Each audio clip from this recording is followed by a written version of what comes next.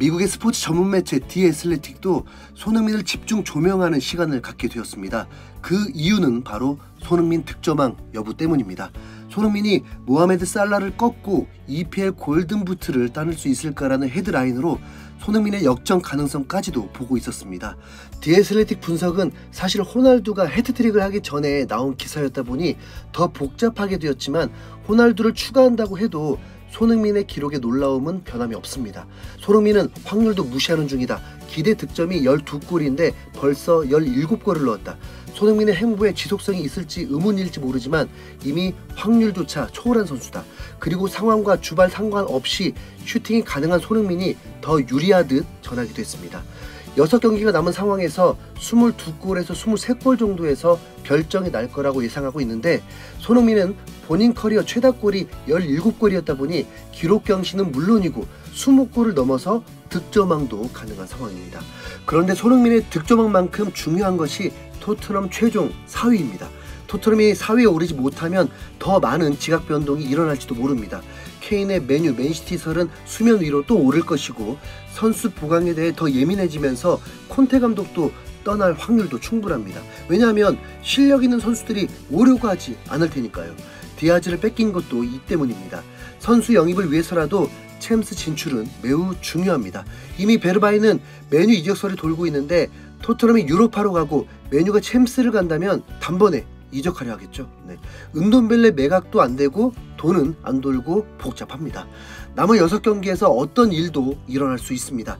챔스 진출 70%의 확률로 기분 좋았던 아스날은 최근 3연패 수렁에 빠지기도 했고 주전 선수들 부상 문제가 심각합니다.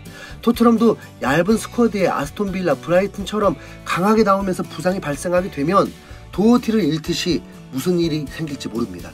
그렇기 때문에 더욱 토트넘 이틀 휴가는 치명적인 미스였을 것입니다. 아니면 콘테 감독이 그 한 경기 버린다 생각하고 남은 경기 가둬둘 생각이었겠죠. 콘테 감독은 브라이튼 경기 후 인터뷰에서도 웃음을 보이기도 했습니다. 토트넘은 확실합니다. 전승이면 무조건 챔피언스리그 자력 진출입니다. 전문가들 확률도 64%로 보면서 매우 높은 편입니다. 이제 도움이 필요한 건 북런던을 초토화시킨 브라이튼이 맨유, 웨스트햄과 경기가 있는 만큼 그들에게도 매운맛을 꼭 보여주길 응원해봅니다. 그리고 맨유를 두려워해야 할지 경쟁팀에서 제외할지는 수요일 새벽에 알 수 있게 됩니다. 살인적인 일정을 소화하는 리버풀이 챔스 8강, FA컵 4강이라는 중요한 경기들에서도 로테이션까지 돌릴 수 있을 정도의 여유와 경기력으로 맨시티마저 제압했는데 또 3일 만에 리버풀이 맨유를 만나게 됩니다. 리버풀이 최강팀답게 경기력을 선보인다면 맨유가 패배할 확률이 더 높겠죠. 맨유는 어차피 조직력이 문제인 팀이지 선수 퀄리티의 문제는 아닐 것입니다. 올 시즌은 편안히 유로파를 목표로 하길 바라봅니다.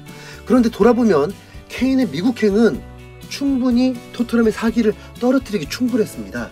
케인은 팀의 간판이었습니다.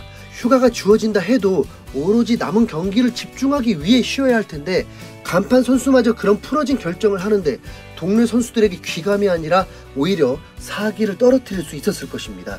그래서인지 경기 후 인터뷰에서 요리스는 선수들에게 각성을 촉구했고 경기 중에 호이베르는 파이팅보다 호통을 치는 모습도 보였습니다.